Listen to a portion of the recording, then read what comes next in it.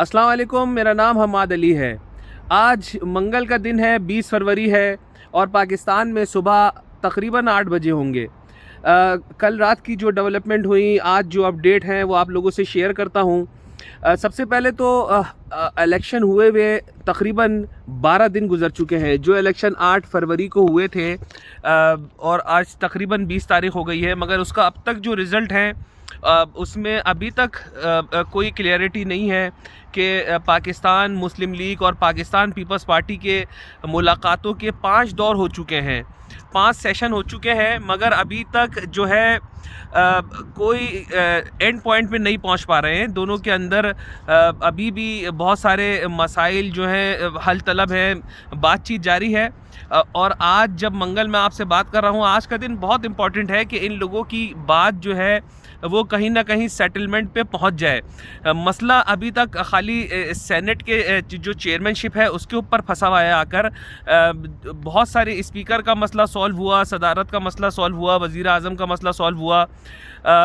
अभी जो है जो ताज़ा अपडेट वो ये है कि जो चेयरमैन सेनेट का जो चेयरमैन है उसके ऊपर बात आके रुकी हुई है। देखें, आज अगर कोई सेटलमेंट नहीं होती तो ये कहना में कोई दो राय नहीं है मुझे कि आर्मी जो है या जो इस्टेब्लिशमेंट है वो फिर अपना किरदार अदा करेगी इनको किसी ना किसी बात पर आने के लिए।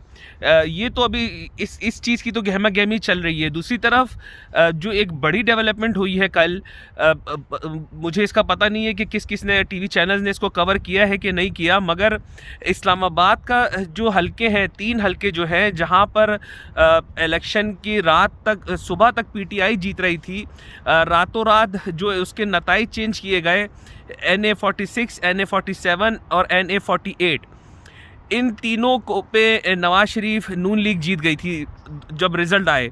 मगर अदालत की 2 रुकनी बेंच ने, इस्लामाबाद की हाई कोर्ट की 2 रुकनी बेंच ने यहाँ का जो रिज़ल्ट है वो रोक दिया है और उसके सारे जो डॉक्यूमेंट्स हैं वो तलब कर लिए हैं। तो देखें अब ये यहाँ क्या गेम होता है, यहाँ गेम क्या टर्न लेता है, क्योंकि जहाँ तक मेरी बात हुई थी इस्लामाबाद के अंदर और पिंडी के अंदर, ये बहुत क्लियरिटी से मुझे बताया गया था कि यहाँ से पीटीआई ने स्वीप किया है, मगर जब रिज़ल्ट आए तो सब हक्का बक्का थे कि यहाँ हुआ क्या है।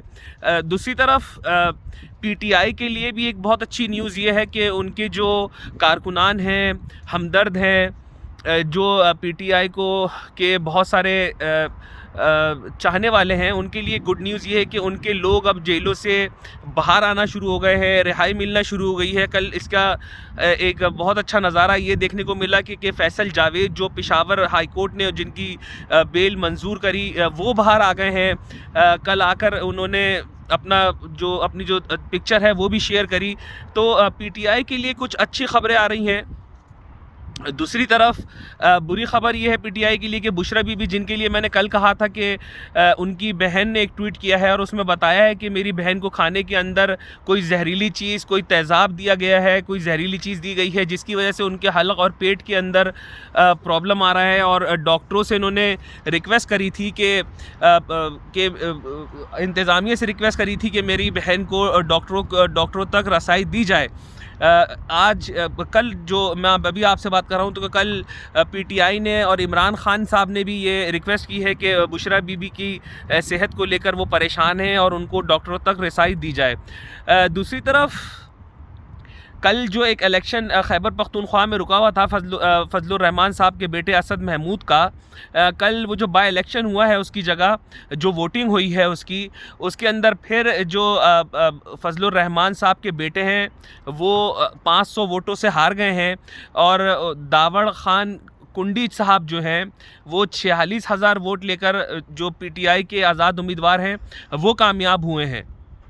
तो देखें, अभी जो पीटीआई क्लेम कर रही है कि हमारी 180 सीटें थीं और हमें खाली 92 या 94 या 96 सीटें दी गई हैं, तो उसके अंदर कहीं ना कहीं सच्चाई नज़र आती है कि इनके साथ वाकई बड़े पैमाने पर धांधली की गई है कि अगर अभी भी आप इलेक्शन करवाएं तो उसके अंदर यही दिख रहा है कि पीटीआई हर तरफ से जीती है। दूसरी तरफ पीटीआई ने जो असद सुन्नी तहरीक जो है, हामिद रज़ा ख़ान साहब की सुन्नी कौंसिल जो है उसके अंदर शमूलियत इख्तियार करना शुरू कर दी है। कोई कल तकरीबन 50 से ज़्यादा जो मेंबर कौमी असम्बली जीते हैं, वो मेंबर कौमी असम्बली ने अपने आप को रजिस्टर्ड करवाया है एक मजहबी जमात सुन्नी कौंसिल में। बहुत सारे लोग ये पूछ रहे थे, मुझसे कल पूछा किसी ने कि ये क्यों ऐसा करवा रहे हैं। तो देखें, ये इसलिए सुन्नी कौंसिल के अंदर जाना चाह रहे हैं कि पहले तो ये ये जो आज़ाद उम्मीदवार हैं, ये एक मुनज़्ज़म जमात के अंदर आ जाएंगे, और उसके बाद फिर ये अगर ये फिर इनका बिकना आसान नहीं होगा। इन जो मेंबरान जीते हैं, एक तो इनका बिकना आसान नहीं होगा, और अगर ये बिक भी जाते हैं तो फिर सुप्रीम कोर्ट के फैसले के मुताबिक ना ये किसी को वोट कर पाएंगे और या ना कहीं मूव कर पाएंगे। तो इस वजह से इनका जाना भी ज़रूरी है। फिर जो स्पेशल सीटें होती हैं पार्लियामेंट की, उसके लिए भी इन लोगों का जाना ज़रूरी है। तो इस वजह से कहीं वहदत मुस्लिमीन और कहीं ये जो हामिद रज़ा ख़ान की सुन्नी कौंसिल है, ये आकर तहरीक इंसाफ इधर आकर जमा हो रही है। अच्छा जी, दूसरी तरफ मैं कराची के हवाले से आपसे बात करता हूँ। कराची के हवाले से कहा जा रहा है कि बहुत बड़ी धांधली कराची के अंदर हुई है। मुत्तहदा की इतनी जो मुत्तहदा पाकिस्तान है उसकी इतनी सीटें नहीं थी। मैं कल कराची में किसी से बात कर रहा था तो वो ये बता रहे थे कि देखें, मुत्तहदा की इतनी तो कराची के अंदर पहुंच हो चुकी है कि वो 7 से 8 सीटें निकालती। हाँ, 16 सीटों के बारे में वो भी थोड़े से शक व शुबात रखते हैं, मगर उनका मानना ये है कि वो ये कहते हैं कि यार ये कराची के लिए अच्छा हुआ है क्योंकि तहरीक इंसाफ पहले यहाँ पर आई थी, उन्होंने किसी लेवल पर कहीं पर भी कोई काम नहीं किया। अब जब कि वो ये कहते हैं कि मुस्तफ़ा कमाल की मुत्तहदा कौमी मूवमेंट पाकिस्तान जो अब आई है पावर के अंदर, तो हमें उम्मीद है कि वो काम करेगी, और उन्होंने अभी से काम करना शुरू कर दिया है। तो कराची के मकीन समहाउ कहीं ना कहीं खुश हैं कि ऐसे लोगों को कराची दिया जा रहा है जो कराची से तकरीबन मुखलिस हैं और कराची के लिए काम करेंगे। दूसरी तरफ PSL अपनी तमाम तर रंगीनियों के साथ पाकिस्तान में जारी है। जो टेबल ऑफ द टॉक है, टॉक ऑफ द टाउन है, वो ये रही कि कल एक बहुत अच्छे से स्टार उभरता हुआ एक नौजवान ख्वाजा नाफे, जो कराची का लड़का है, 22 साल उम्र है, कराची औरंगी टाउन सेक्टर 4 का रहने वाला है। कल उन्होंने जो बैटिंग की है उससे तकरीबन तमाम ही क्रिकेट को जानने वाले, पहचानने वाले बहुत खुश नज़र आते हैं कि ये पाकिस्तान का आगे चलकर एक बहुत अच्छा टैलेंट बनेगा अगर इसको अच्छे से इस्तेमाल किया और एक दफ़ा फिर ये सियासत की नज़र ना हुआ। क्योंकि ये दुनिया में ये बात बहुत अच्छे से मशहूर है कि अगर आपको टैलेंट को बर्बाद करना हो, टैलेंट को वेस्ट करना हो, तो पाकिस्तान से अच्छा कोई मुल्क नहीं है जहां टैलेंट को ज़ाया किया जाता है। दूसरी तरफ यहाँ पर लोगों की कदर, आपके टैलेंट की कदर उस वक्त की जाती है जब आप दुनिया से चले जाते हैं। ये बहुत बड़े कॉमन सेइंग पाकिस्तान में बोले जाते हैं।